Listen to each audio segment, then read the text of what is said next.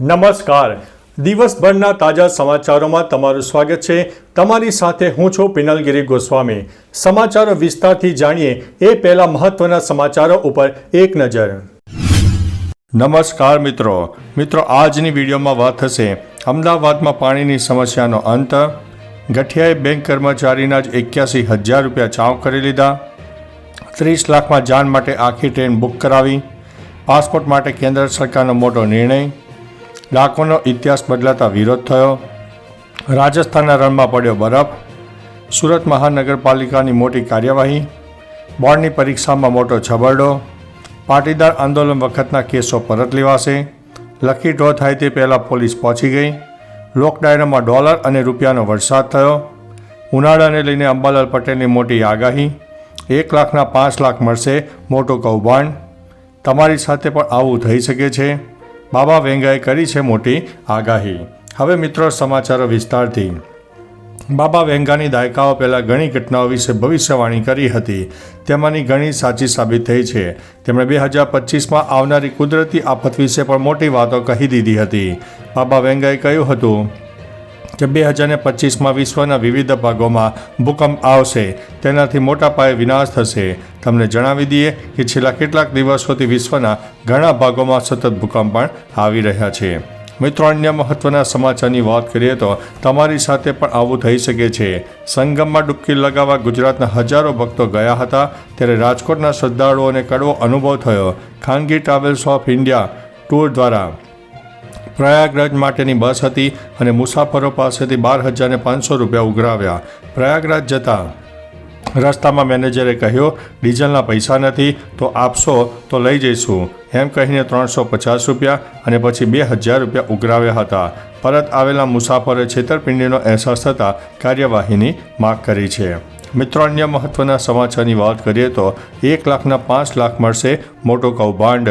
Social મીડિયામાં નકલી નોટોના કારોબારોનો video viral થયો, જેમાં નકલી નોટો કેવી રીતે બનાવવામાં આવે છે તેની સમગ્ર પ્રોસેસ દેખાય છે.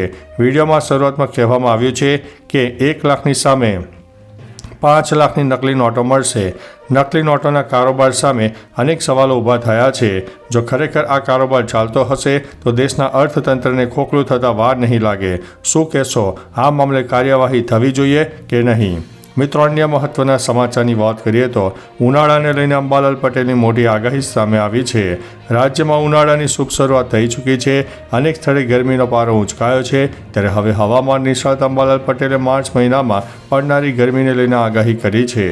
તેમના મત મુજબ માર્ચમાં હીટ વેવ જોવા મળશે. તેમાં 4 થી 10 માર્ચના સમયમાં વાતાવરણમાં પલટો આવી શકે છે.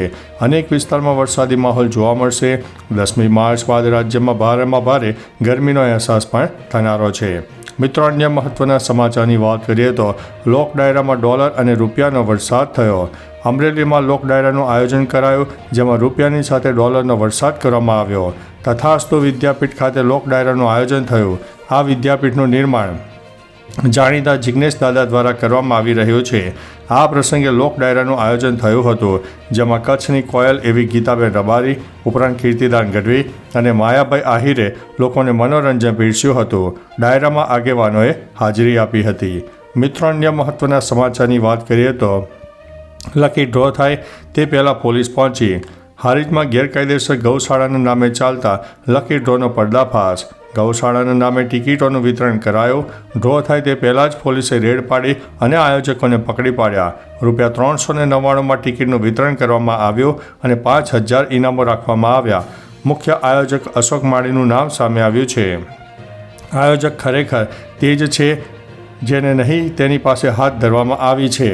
કૃષ્ણધામ ગૌશાળા સેવા સમિતિના નામે ડ્રોનું આયોજન કરવામાં આવ્યું હતું. મિત્રો, અન્ય મહત્વના સમાચારની વાત કરીએ તો પાટીદાર આંદોલન વખતના કેસો પરત લેવાશે. 10 વર્ષ પહેલાં પાટીદાર આંદોલને ગુજરાતમાં ભૂકંપ લાવ્યો હતો. તે સમયે પાટીદાર નેતાઓ સામે દેશદ્રોહના કેસ દાખલ કરવામાં આવ્યા હતા. તેમના માટે રાહતના સમાચાર છે. હાર્દિક પટેલ, પાટીદાર આગેવાન દિનેશ બાંભણિયા, અલ્પેશ કથિરિયા, ચિરાગ પટેલ, કેતન પટેલ સહિતના નેતા અને સમાજના આગેવાનો સામે રાજદ્રોહના કેસ થયા હતા. આ તમામના કેસ હવે પરત ખેંચવા માટે સરકારની દરખાસ્તને મંજૂરી પણ મળી ગઈ છે.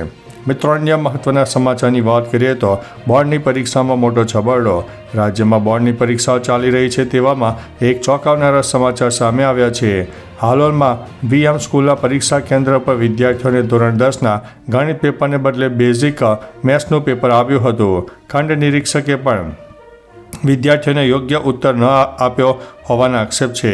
છેવટે સુપરવાઇઝરને રજૂઆત કરતાં 1 કલાક બાદ પેપર અપાયું હોવાથી વિદ્યાર્થીઓને પેપરમાં સમય ખૂટ્યો હોવાનો વાલીઓ અને વિદ્યાર્થીઓએ આક્ષેપ કર્યા છે. મિત્રો, અન્ય મહત્વના સમાચારની વાત કરીએ તો સુરત મહાનગરપાલિકાની મોટી કાર્યવાહી. સુરત શહેરમાં વધતા જતા BRTS બસના અકસ્માતને લઈને સુરત મહાનગરપાલિકાએ મહત્વનો નિર્ણય લીધો છે, જેમાં BRTS બસના 1000થી વધુ ડ્રાઈવરો બ્લેકલિસ્ટ કર્યા છે. ડ્રાઈવરોની બેદરકારીને કારણે વારંવાર અકસ્માતની ઘટનાઓ બનતી હતી, જેને લઈને મહાનગરપાલિકા આ નિર્ણય કર્યો છે. હવેથી BRTS બસમાં GPS અને CCTVથી મોનિટરિંગ શરૂ થશે. BRTS કોરિડોરમાં ખાનગી વાહન ચલાવતા લોકોને દંડ થશે. CCTV માધ્યમથી ચલણ પણ જનરેટ થશે. મિત્રો, અન્ય મહત્વના સમાચારની વાત કરીએ તો રાજસ્થાનના રણમાં પડ્યો છે બરફ. કાશ્મીરમાં બરફ પડવાની વાત સામાન્ય છે. રણમાં બરફ વર્ષા થાય એ ચોંકાવનારું છે. દેશના બદલાતા વાતાવરણની અસર રાજસ્થાનના રણમાં પણ જોવા મળી છે, જેમાં અનેક વિસ્તારમાં વરસાદની સાથે કરા પણ પડ્યા હોવાના સમાચાર સામે આવ્યા છે. બિકાનેર જિલ્લાના લુકરનસર સહિત ચૂરો, નાગોર, ઝુંઝુન અને શેખાવતીના ઘણા વિસ્તારોમાં ભારે વરસાદ અને કરા પડ્યા. આખા રણમાં બરફની ચાદર પથરાઈ ગઈ હોય તેવા દ્રશ્યો સામે આવ્યા. વરસાદને કારણે ખેડૂતોના પાકને ભારે નુકસાન પણ થયું છે. મિત્રો, અન્ય મહત્વના સમાચારની વાત કરીએ તો ડાકોરનો ઇતિહાસ બદલાતા વિરોધ થયો છે. ખેડાના ડાકોરમાં રણછોડજીના મંદિરમાં પરંપરા બદલાતા ભક્તોમાં રોષ છે. વાત એમ છે કે રણછોડજીની આરતી ઉતારવાની પ્રથાને બદલાઈ છે. કમિટીએ આરતીમાં વારાદારીના સ્થાનમાં ફેરફાર કર્યો છે, જેમાં હવે નીચે ઊભા રહીને આરતી ઉતારવાની હોય. પહેલાં સિંહાસન ઉપર ઊભા રહીને આરતી ઉતરાતી હતી.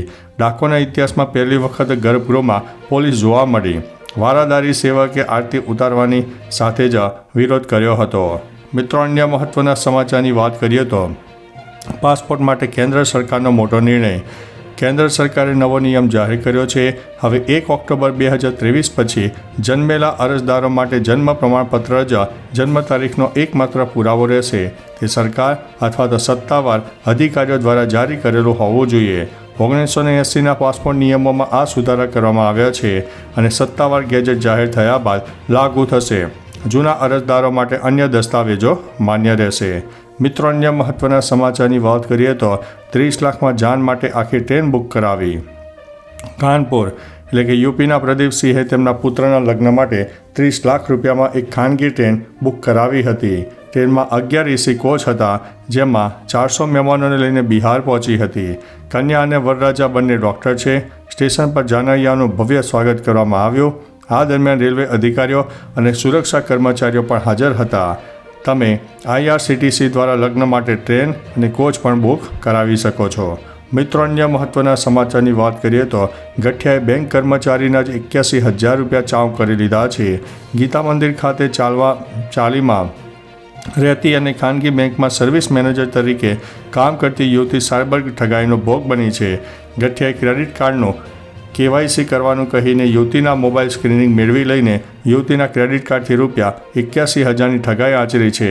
યુવતીએ સાયબર હેલ્પલાઇનમાં જાણ કર્યા બાદ 1 વર્ષ બાદ કાગડાપીઠ પોલીસમાં અજાણ્યા મોબાઈલ ધારક સામે ફરિયાદ નોંધવામાં આવી છે. મિત્રો, અન્ય મહત્વના સમાચારની વાત કરીએ તો અમદાવાદમાં પાણીની સમસ્યાનો અંત. ઉનાળાની સિઝનમાં પાણીની સમસ્યા સર્જાતી હોય છે. પાણીનો ઉપયોગ વધતો હોય છે, ત્યારે શહેરીજનોને પૂરતા પ્રમાણમાં પાણી મળી રહે એવું આયોજન અમદાવાદ મ્યુનિસિપલ કોર્પોરેશન દ્વારા કરવામાં આવ્યું છે. શહેરમાં નવા ભળેલા વિસ્તારોમાં પાણીની સમસ્યા અને ઓછા પ્રેશરથી પાણી મળતું હોય ત્યાં હવે પૂરતા પ્રમાણમાં પાણી મળી રહેશે. નિકોલ, વસ્ત્રાલ, લાંભા થલતેજ, મણિનગર, ઠક્કરબાપાનગર અને હાથીજણ વિસ્તારમાં નવી પાણીની ટાંકીઓ બનાવવામાં આવી છે. તો ચાલો મિત્રો, ફરીથી દેશ અને દુનિયાના સુપરફાસ્ટ સમાચાર લઈને મળતા રહીશો.